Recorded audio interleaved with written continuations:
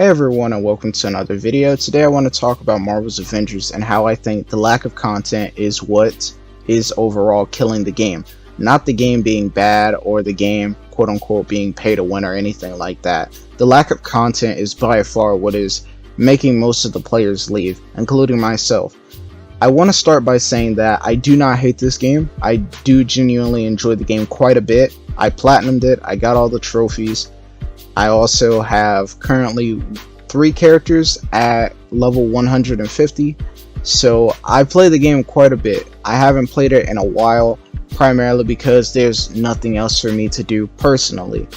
But I do log in here and there just to do dailies or something like that. Crystal Dynamics made a lot of promises prior to the game launching, and to nobody's surprise, most of that stuff is not in the game. And we recently got a thank you reward for still playing the game. And the fact that they said cloning labs were supposed to be coming soon, meaning that the cloning labs, I believe, were originally planned to be released in September. And Kate Bishop was already told to be coming out in October. Both of those got delayed. October is almost over, and we have yet to get any of the two. Cloning Labs is the literal only thing that I can see myself playing out of any of the new content. And I know a lot of people are really excited to see where the story goes after the main campaign. I personally don't care for the campaign. I really do enjoy the audio files, but the campaign itself is very mediocre in my opinion.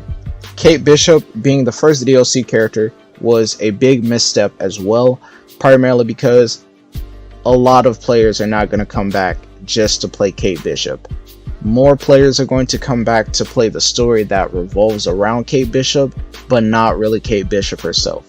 And I understand that. If they would have started it with someone like Hawkeye or Doctor Strange or pretty much any above average Marvel hero, a lot more people would have been inclined to come back. And I know they changed the war table that originally showed us Black Panther, or was going to show us Black Panther, and I'm perfectly fine with that.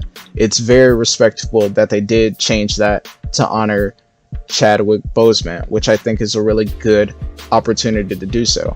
But the fact that they made so many promises and have yet to deliver on any of those 2 months into the game is borderline ridiculous. I want to start by talking about the cloning labs, because the cloning labs would give a lot of players an incentive to come back, primarily because it gives you a reason to play your level 150 character. As you can see in the gameplay right now, I'm playing Black Widow. My Black Widow has been maxed out, I want to say a week since launch. I have grinded multiple gear pieces, and the exotics that I have gotten from her in the most recent update are pretty much all worse than the legendaries I have right now. That's another topic on its own. But the fact that I have really no reason to play her anymore when that's the character I prefer to play is quite sad. That's one of the things that this game fails at entirely. The missions themselves don't feel impactful. It really feels like busy work. Even the bosses themselves. In Borderlands 2, 3, 1, the pre-sequel, Destiny, pretty much any other looter shooter, the game gives you a reason to play with your max level heroes so you can get better gear. The thing about having cloning labs is not the fact that you'll probably get exotics out of it, it's the fact that you can play a repetitive game mode with friends. There's currently 4 hives, I believe, and 2 mega hives. Both of the mega hives can only be played solo, and the weekly hive takes around 3 hours to complete. The reason these hives takes 3 hours to complete is simply because the loading screens. The loading screens are the elevators and the Quinjet, the menu where you select missions. The weekly hive has 8 floors. It takes about 2 minutes to load into a mission. Then you have to wait for the mission opening cutscene, along with when you go and start a hive, You have to first make it to the first floor, and then you begin the hive. Along with that, each of the hives have loading screens in between them. And then, some of the hives also have introductory cutscenes, where you have to watch a camera pan around the room and wait until the game lets you move. It's multiple stuff like that that makes this game incredibly boring and repetitive. It also hurts this game that most of the hives in the game right now are all reused assets. That brings me to my second point. Although this game has a bunch of reused assets, it would be a lot more bearable if they were actually comic reused assets. Unlike Ultimate Alliance, a game that came out in 2006, this game does not rely on the Marvel Comics whatsoever. Instead, it tries too much to cater to people that enjoy the MCU. And I don't even feel like this game is a cash grab, because the combat itself actually does have some depth to it. It has graphics that look pretty well polished, and when the game runs like it's supposed to, it looks really good, and it functions really great. But the fact that they rely so much on the MCU makes the game come off as a MCU knockoff. As a person that doesn't really care for the MCU movies after Phase 2, I am tired of the MCU as it is, and the constant comparisons and people begging for the MCU stuff when Marvel has existed prior to that is already hurting this game. Kate Bishop being the first DLC character, like I said, is a incredibly huge misstep when there are so many other Avengers members that are more popular and more iconic than Kate Bishop. And the fact that Kate Bishop isn't even original, she's literally Hawkeye 2, when we already know that we're getting Hawkeye as well, makes the game even more underwhelming when it comes to getting any future characters. I would have preferred to get Captain Marvel instead of Kate Bishop. There are characters like Wasp, you have Vision, you have Scarlet Witch.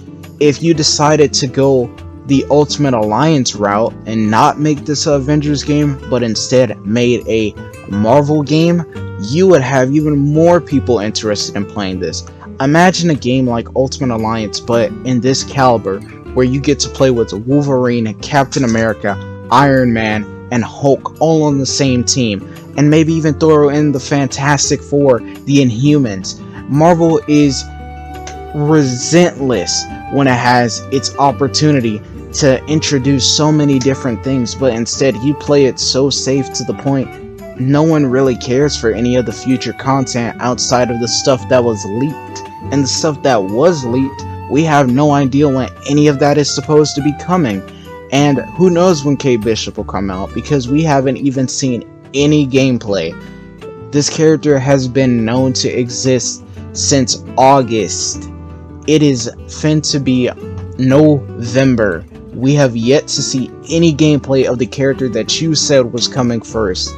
That is embarrassing in itself, and that makes people not want to take your word, especially when it comes to any future upcoming big content, if we're going to have stuff blunder as bad as the cloning labs and Kate Bishop. That brings me to my third and final point. The new content that we did get in the last two patches is a joke. The most recent content we got were the Tachyon Rifts. We literally only got one new mission, which was once again a bunch of reused assets with a different order of objectives, and you threw the rest of the Tachyon Rift missions on iconic missions.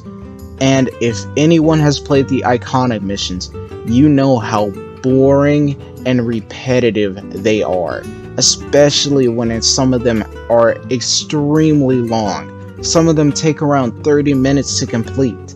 And taking a mission just to play a Tachyon Rift mission that has a unneeded timer is not fun for people whatsoever. Yes, you get cosmic gear, but for people that have characters that don't fit cosmic gear whatsoever, the game is not going to work in that favor, especially when you hyped up the Tachyon Rifts to be coming out. We got them.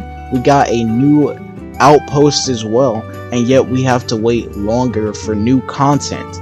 I will say that the Tachyon Rifts do add a cool new atmosphere to some of these iconic missions, but that's not going to save the game when you're basically reskinning a mission and just adding a timer to it to get gear that may or may not be good for the character I'm currently using.